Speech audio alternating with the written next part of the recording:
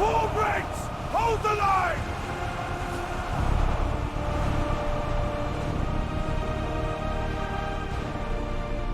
But what happened next shaped warfare for the next 2,000 years.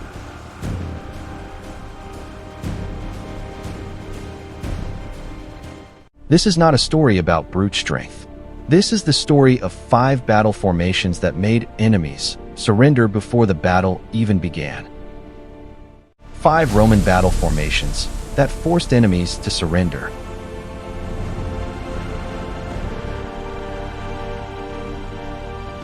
Watch until the end, because formation number 1 didn't just win a battle, it changed human history.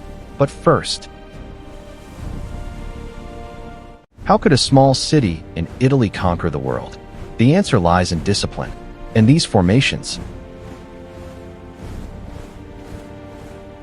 Formation number 5, Cuneus, the Roman wedge, also known as the boar's head. Imagine a giant arrow made of men, hundreds of legionaries arranged in a sharp triangle. Then charging straight into the center of the enemy formation, like a knife through butter.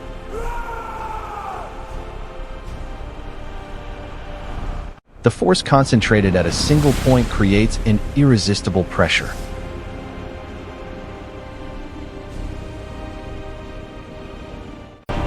Wedge, on me! Push through!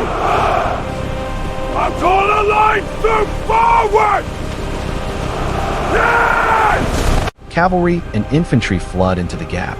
At the Battle of Pydna in 168 BC, this formation shattered the seemingly invincible Macedonian phalanx. When the enemy saw this formation taking shape, they knew the door to escape had closed.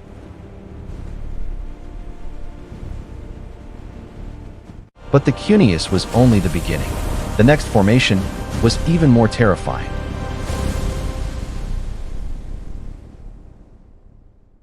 Number 4. Triplex Aces, the Roman meat grinder.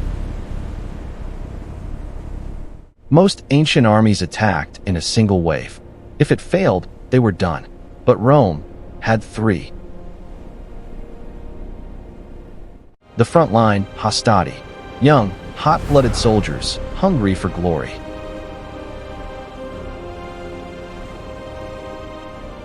The middle line, principes, seasoned veterans. When the hastati tired, they stepped up.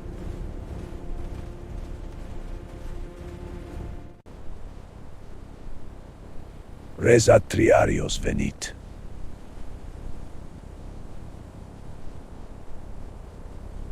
Every 15 minutes, the lines rotated positions. The enemy never fought tired soldiers. They always faced fresh ones. Meanwhile, the enemy grew weaker, arms heavier, breaths shorter. This wasn't a battle. This was systematic attrition.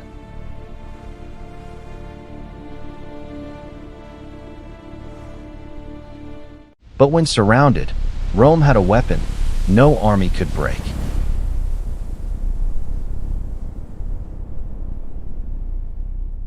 Number 3. Orbis, the living fortress.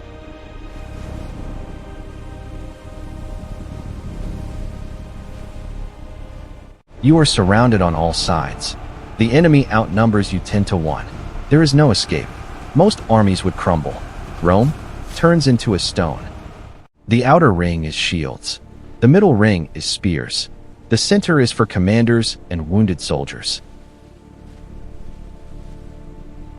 Every side is a front line. No flanks to attack. No back to stab.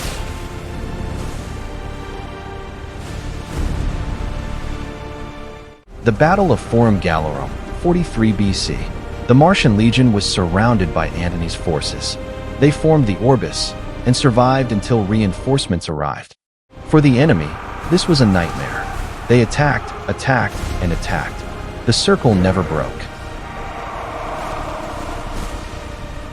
After hours, the exhausted enemy realized a horrifying truth.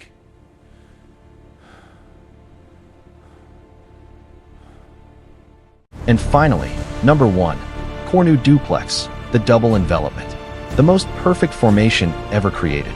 But here is the irony: Rome did not invent it. They learned it from their greatest enemy, Hannibal.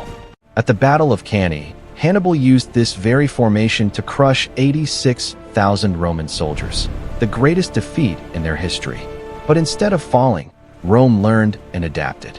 14 years later, at the Battle of Zama, Scipio Africanus used Hannibal's own tactic against him to wipe out the Carthaginian Empire.